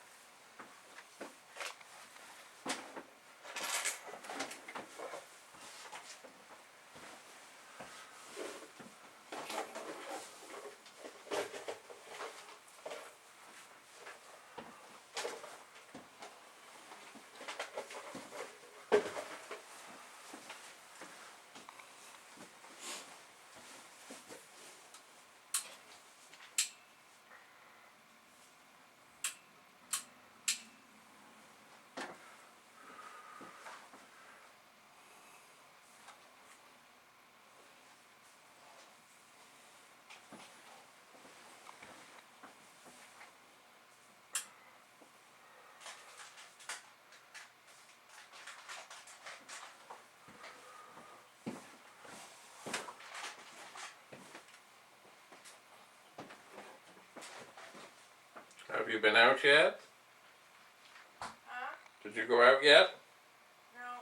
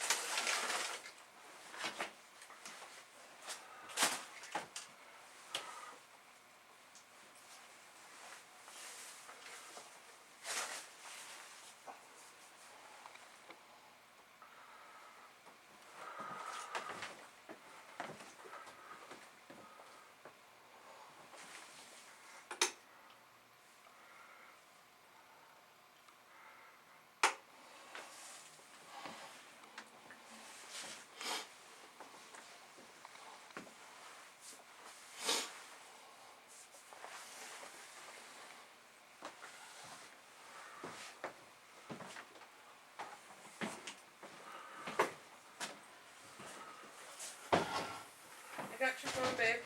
Okay, just set it there. Honey, look. Set it somewhere obvious. Okay, it's on top of the filing machine, okay? Filing thing? Yep.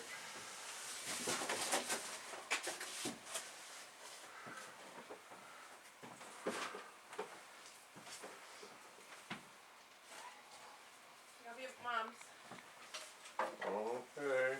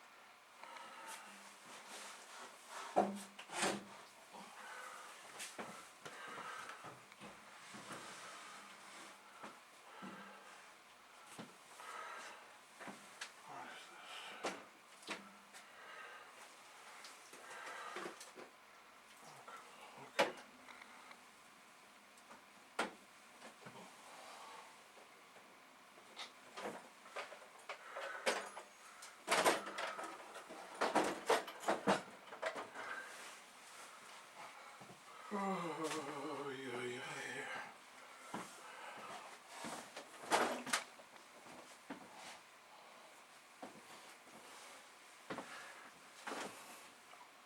Hello. I was just doing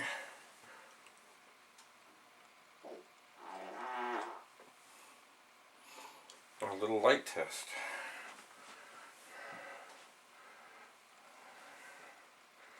And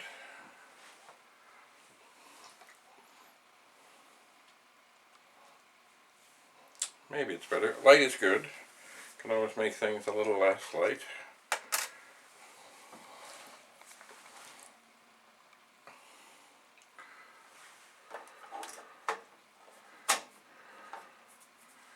But I think this is all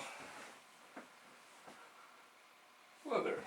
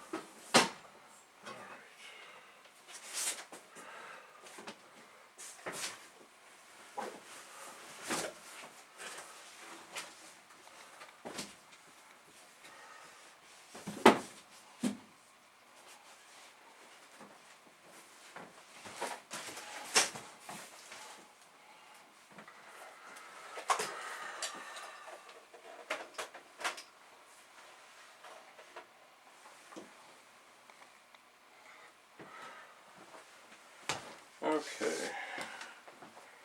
That was a lot of nothing. Let's see if we want to adjust our frame.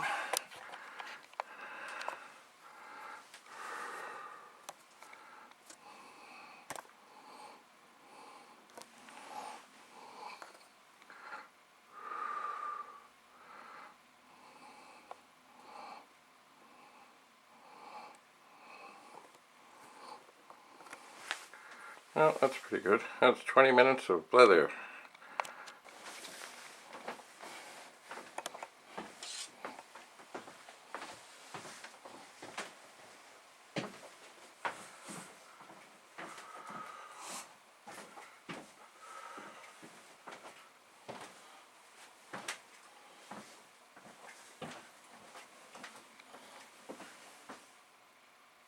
Hello. Oh, I'm back. So, it's funny, and I mentioned, a day, two, whatever, a while ago, that I should really have some post-it notes right here.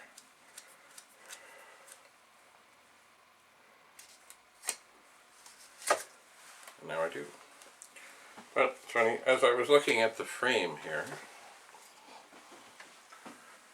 there is a picture here that is all hung over. Oh, so there. I think I'll use a post-it note to keep it up. And then, we'll see about this. This is a bird. I shot it in an exotic location, my backyard. It was in the midst of eating a thistle. That's what these guys do. Goldfinch, I think it is. They like thistles. I had thistles. So I kept sneaking closer and closer and closer and closer and closer until finally, maybe when I was 6 or 7 feet away, he or she looked up and said, "Oh my," and flew away. But in the meantime, I got some mighty fine shots. But this one is a little bit bent. So if I tuck it where it was, it is still bent.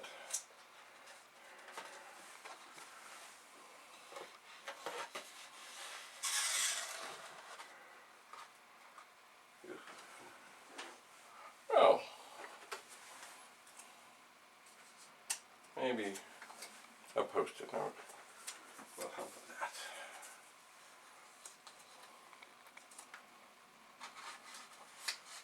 Maybe.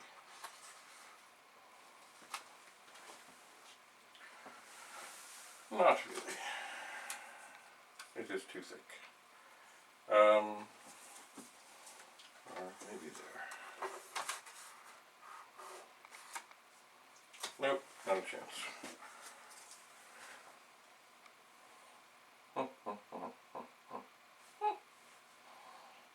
Oh well. So be it. So, I've been tinkering away on things. Oh, by the way, I have a miraculous thing to tell you here. This is a little tool case thing that most of the tools are not in it. They are elsewhere. It had screwdrivers, it had a little knife, it had all kinds of things. Precision screwdriver. And bits and things and stuff. But anyway, the parts of it mostly were gone. Not completely, but I took everything out of there, and this is a miraculous moment because this I will be sending away, maybe to recycling. I think it's recyclable. It has a symbol on the back that says it's recyclable. But see, this is a big thing in actually getting rid of things. Here is something I am going to be rid of. Not at this instant, because I'm here, but I will. I'm going to set it over here somewhere. No, not there. Maybe I'll just toss it in that box so I can take it on the way out.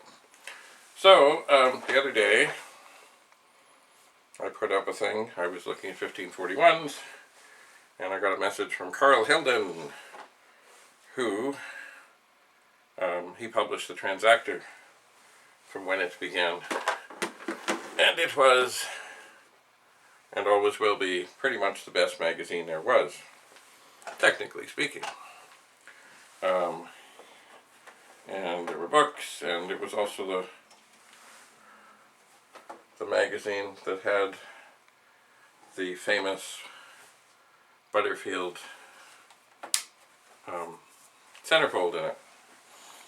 Anyway, so he was asking me as I was going through things, and it seemed the supply of disk drives, I suppose, was near endless. He was wondering how many 1541s I had. And the answer is, of course, I don't know. But here, here's a 1571, badly yellowed, with one foot that's wonky, and this whole pile is getting a little shaky. But I figure, what the heck.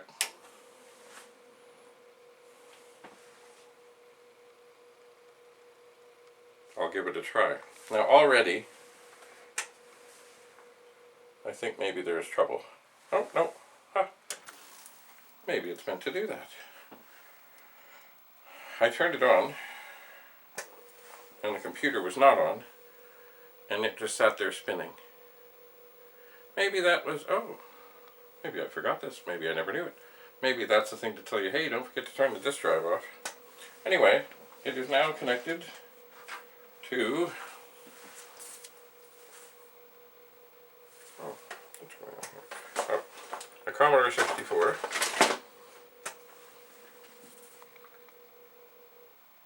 And as soon as I turn it on, it stops spinning. Now I noticed the little latch thing is a little wonky, I think. A little off kilter. But I'm going to attempt to load the directory of the 1541 test demo disk. And it says file not found. So I'm going to do the usual open 15, 8, 15, quote, I0, quote, colon, close 15. Let's see what happens. And it's still flashing. This is not a good sign. But remember, I told you the door, the flippy thing's a little wonky on it. Maybe I'll try again. No, it is flashing. It is not happy. How distressing is that? And yes, although it is not a 1541, it should have no trouble reading discs for a 1541. So I have a couple things to do.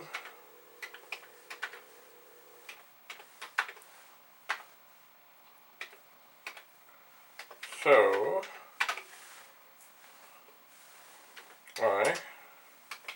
I'm going to put a little program in here asking it to initialize over and over and over and over. So the program is just like what I put in before. Line 10, open 15, comma 8, comma 15, comma, quote, I, 0, quote, colon, close 15. And then 20 says go to 10. But like all programmers, I should have done something else in there. I'm going to say that I, in line 15, I equals I plus 1. And then I'm going to put a colon, and I'm going to say print I. And then I will run. Let's see what happens.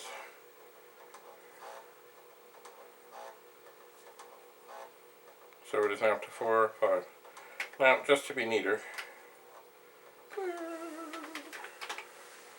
I'm going to change that print I.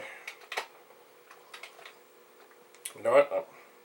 Like any good programmer, I'm going to adapt on line 5.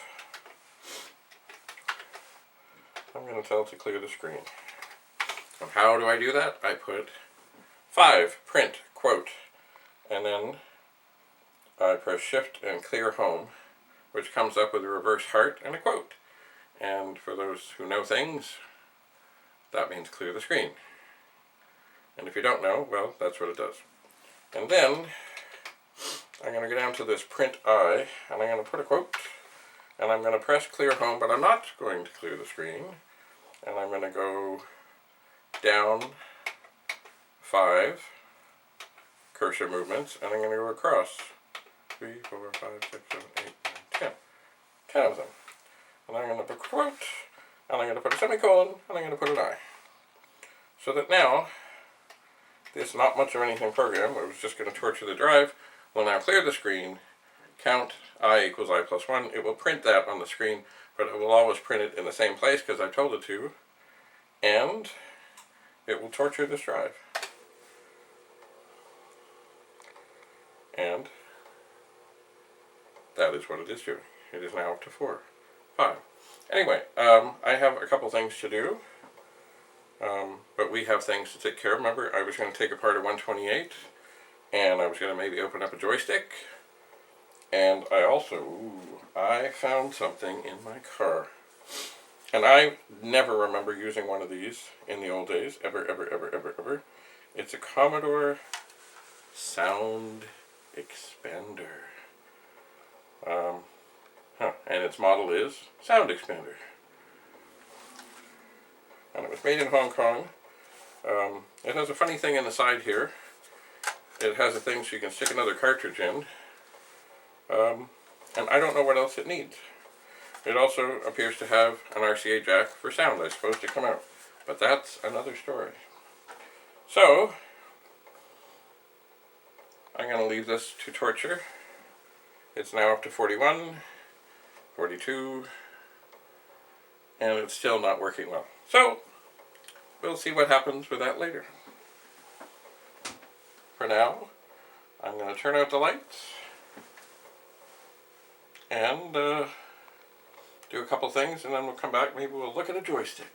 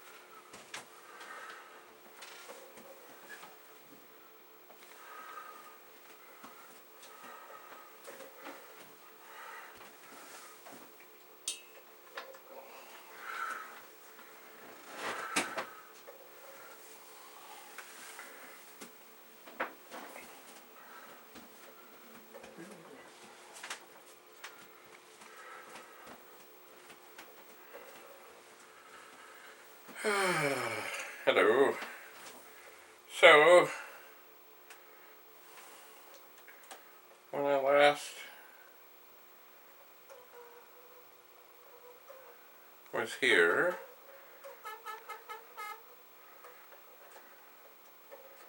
I was testing this 1571, and so far it has tried to read this, or initialize this disk, 1,134 times. And guess what? It's not happening. So,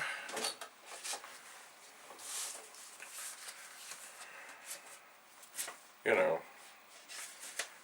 they can't all be perfect. So, are we going to look at it now? No. No, we are not.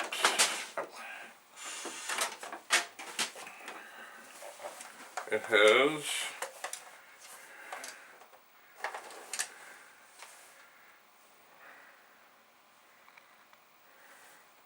well, the bottom doesn't look bad,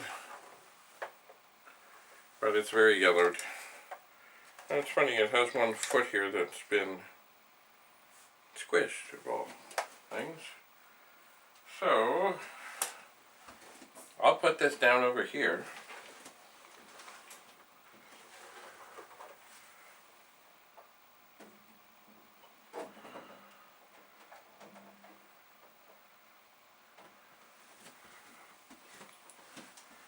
And at some point,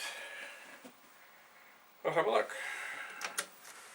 So, I remember we're going to take apart a 128 keyboard, and then we found that it had funny nuts inside. It did, holding the keyboard in place.